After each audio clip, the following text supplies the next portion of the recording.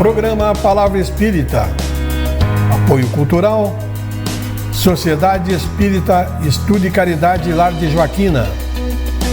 Odontologia Lauda. O implante que se transforma em sorriso. Goods e Cook Casa Criativa. Agora juntas para lhe surpreender ainda mais. Sociedade Espírita Luz e Caridade.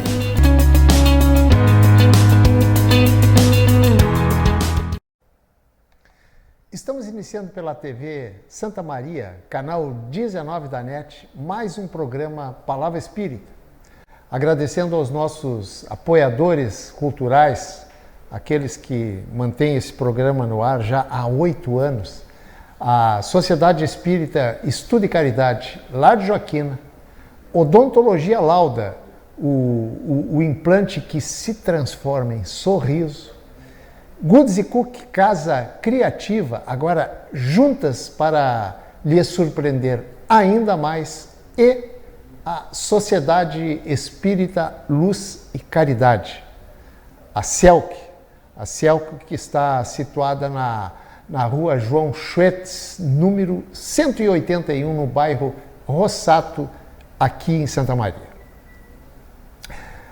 Antes, porém, de iniciar propriamente dito o meu comentário de hoje, eu quero, porque eu encontrei, eu estava dando uma palestra numa sociedade espírita e me abordou muito gentilmente um senhor chamado Carlos Miranda e disse que assiste o programa e que gosta.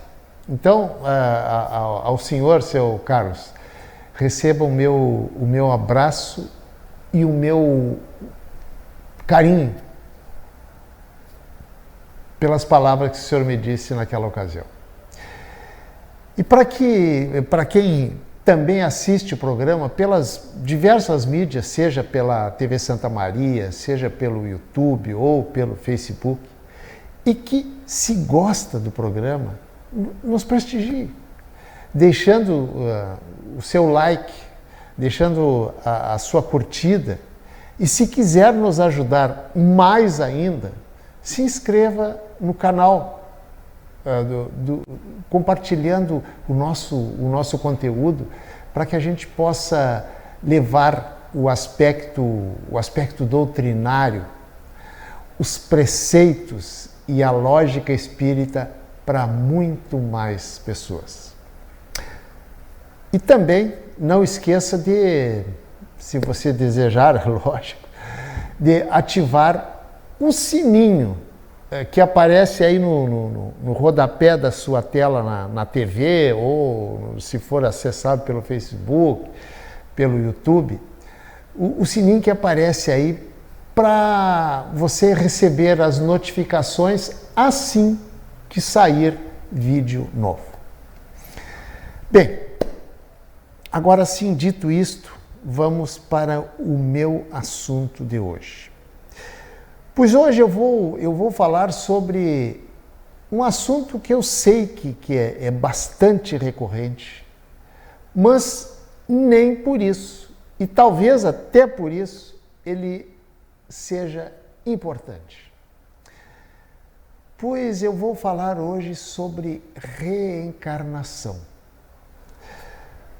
Pois você sabia que o processo reencarnatório não é não é um processo bom e também não é um processo ruim, e sim é um processo natural e também necessário, totalmente necessário ao desenvolvimento, ao crescimento e à evolução do ser humano. Querendo ou não, você, acredite ou não, você aí que está me assistindo, você está inserido nesse processo há milhares de anos. Nesse processo reencarnatório de idas e vindas, como eu disse, há milhares de anos. E com isso, por meio dessas várias experiências, dentro e fora da carne, dentro e fora do plano físico e do plano extrafísico, nós estamos aprendendo, nós estamos evoluindo, até nos tornarmos um dia, que vai demorar bastante, um dia que alguém não tenha mais a necessidade de encarnar em um planeta de energia muito densa, muito pesada, digamos assim, como é o nosso planeta Terra. A nossa escola de almas, chamada planeta Terra. E se estamos encarnados, você e eu, em um planeta muito, muito denso, é porque nós somos também densos. É lógico. Porém, esse nosso processo, digamos, transformatório de diamante bruto em pedra verdadeiramente preciosa, radiante e luminosa, que ainda não somos essa pedra, leva tempo. Leva muito tempo.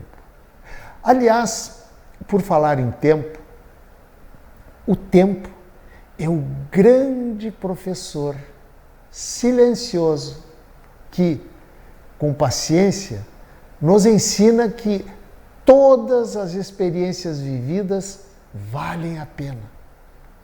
Ainda que quando estamos vivendo essas experiências, algumas, é verdade, não muito boas, algumas até muito doloridas, mas sempre tem uma razão porquê delas serem apenas não muito boas e outras muito doloridas. Lá adiante, quando deixarmos de ser espíritos que somos, excessivamente queixosos de tudo. Digo mais, espíritos cheios de, como se diz hoje na modernidade, cheios de mimimi. Nós vamos ver que elas, todas elas, essas experiências, independente se foram boas e ruins, valeram a pena, pois nos ensinaram muito. Já no início do meu comentário, é importante dizer que a reencarnação não é uma imposição. A reencarnação é uma necessidade, muitas vezes, inclusive, solicitada pelo próprio espírito reencarnante. Sabe aquela frase que diz, é uma frase que quase todo mundo conhece, que nem todo mundo diz, mas que todo mundo conhece, aquela que diz o seguinte: eu não pedi para nascer?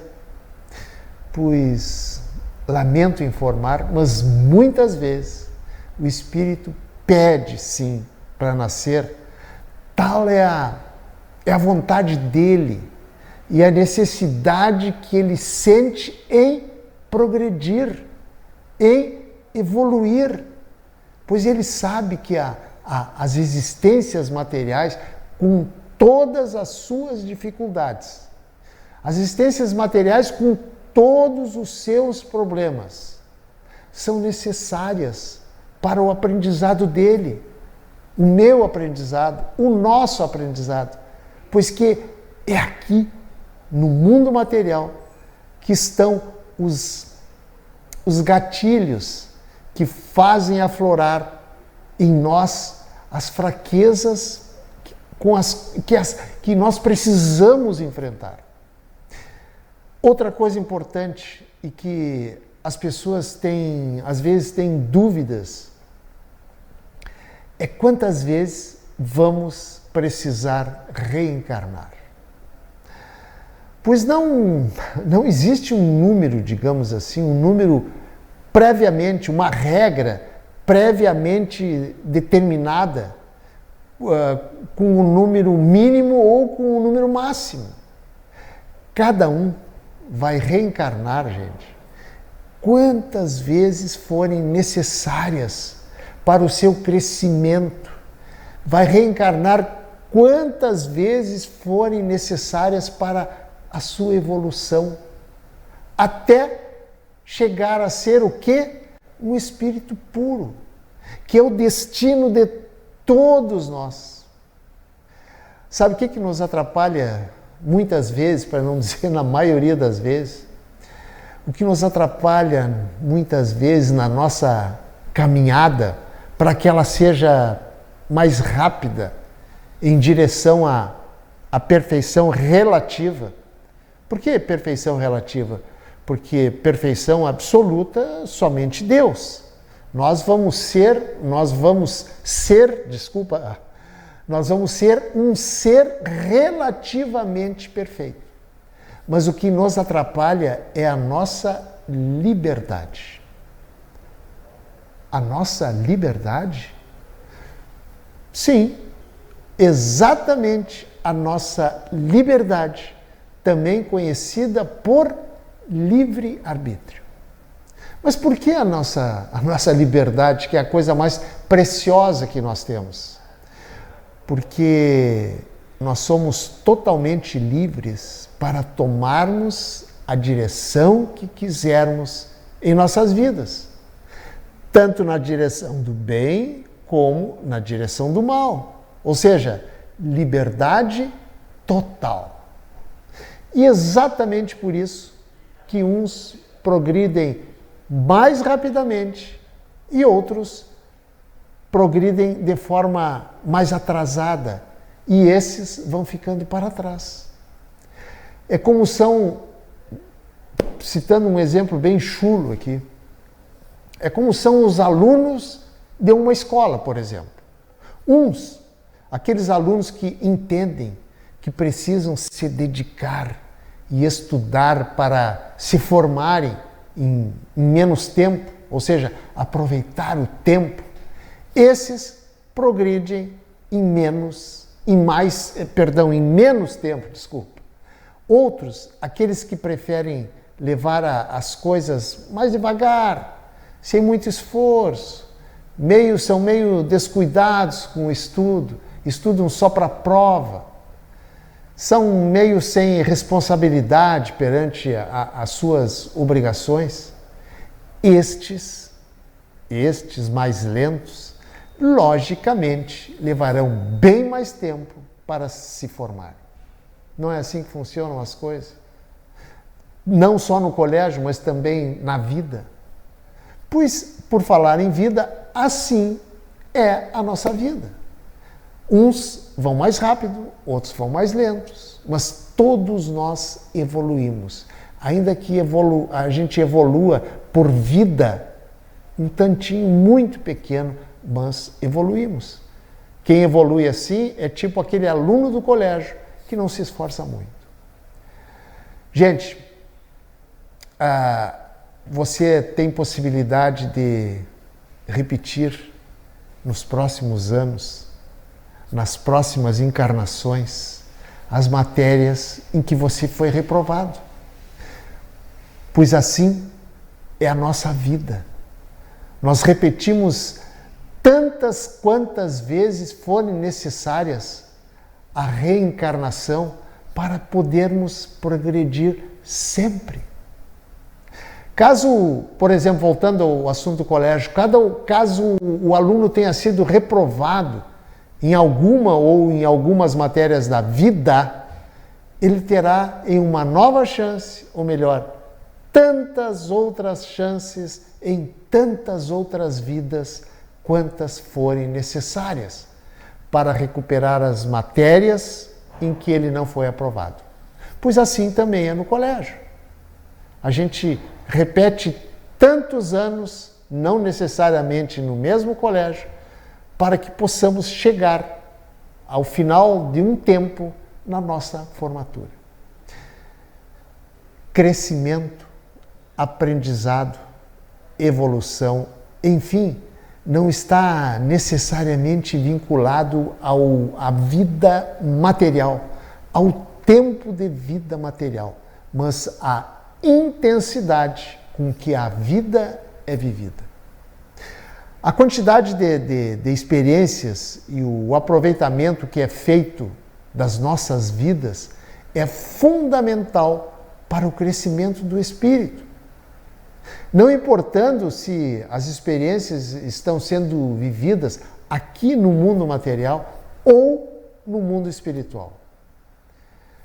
Nós precisamos entender que no exercício da sua liberdade, o espírito constrói o seu equilíbrio ou o seu desequilíbrio. Conforme o quê? Conforme a maneira com a qual ele enfrenta as situações da vida através de quê? Dos seus pensamentos e dos seus atos. Gente, tudo começa com um simples pensamento. Outra coisa importante dizer é que entre uma e outra encarnação, o espírito, como a gente costuma dizer e pensar, o espírito não descansa em paz. Como se costuma dizer quando alguém morre. E sim, o espírito continua aprendendo, continua trabalhando para não mais reencarnar no mesmo estágio em que desencarnou. Outra particularidade sobre o tema, esse que eu estou falando, sobre o tema reencarnação, é que se a reencarnação explica a genialidade humana. Pois se você fizer uma análise, mas tem que ser uma análise racional, uma análise sem aquelas tendências ideológicas, religiosas, sobre essa particularidade, a genialidade, com as quais muitos seres humanos são portadores de uma inteligência muito acima da média, assim como também aquelas pessoas que vêm com uma inteligência muito precária, muito pequena. Outras pessoas vêm sem nenhuma inteligência. Se você fizer uma análise racional, você não terá outra alternativa senão a aceitar a reencarnação como a única explicação racional para todos os tipos de mentes, tanto a mente as mentes geniais, como aquelas mentes com capacidade muito precária. Neste caso, são conhecimentos adquiridos do passado, que agora se manifestam muitas vezes, até em tenra idade, no caso da mente genial, por exemplo, como no caso de crianças que são instrumentistas geniais em um instrumento sem nunca terem estudado música. Ou ainda, pessoas que nascem com um corpo com limitações motoras. Já falei e repito aqui novamente. Não é por castigo. O que, aliás, castigo, não existe essa palavra na doutrina espírita. Mas, e sim para aprender algo ainda não aprendido. E também, por que não, para ensinar quem convive com aquela pessoa de corpo com limitações. Nós, que somos perfeitos fisicamente falando, nós temos muito a aprender com aquelas pessoas que têm limitações físicas, limitações materiais do corpo, mas que estão sempre sorrindo, sempre alegres, sempre otimistas, sempre esperançosos. Gente, a reencarnação, ainda que não pareça, é em todos os aspectos uma via de duas mãos, ou seja, ensinamos e aprendemos simultaneamente. Pense o seguinte: se Deus é justo, e Ele não pode ser justo e cometer injustiça ao mesmo tempo. Vamos raciocinar logicamente. Se existe somente uma vida, se existe apenas uma vida, então Deus estaria impondo a alguns, desde o nascimento, sofrimentos terríveis, sem que os mesmos, essas pessoas, tivessem merecido. Em sendo assim, Deus não seria justo. Você não concorda? Outra coisa que eu vou aproveitar, que eu estou falando sobre a reencarnação, é responder a um questionamento de uma pessoa que nos segue o programa, e que não somente assiste, como também ele muito gentilmente, ele sempre faz colocações, faz comentários, tudo isso pelo Facebook. Ele acessa eu não sei se assiste pela TV, mas ele faz os comentários no Facebook.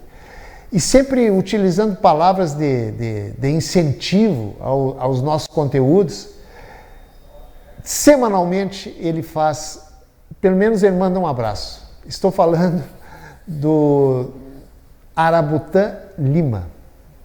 Arabutã, um abraço muito, muito fraterno, muito carinhoso.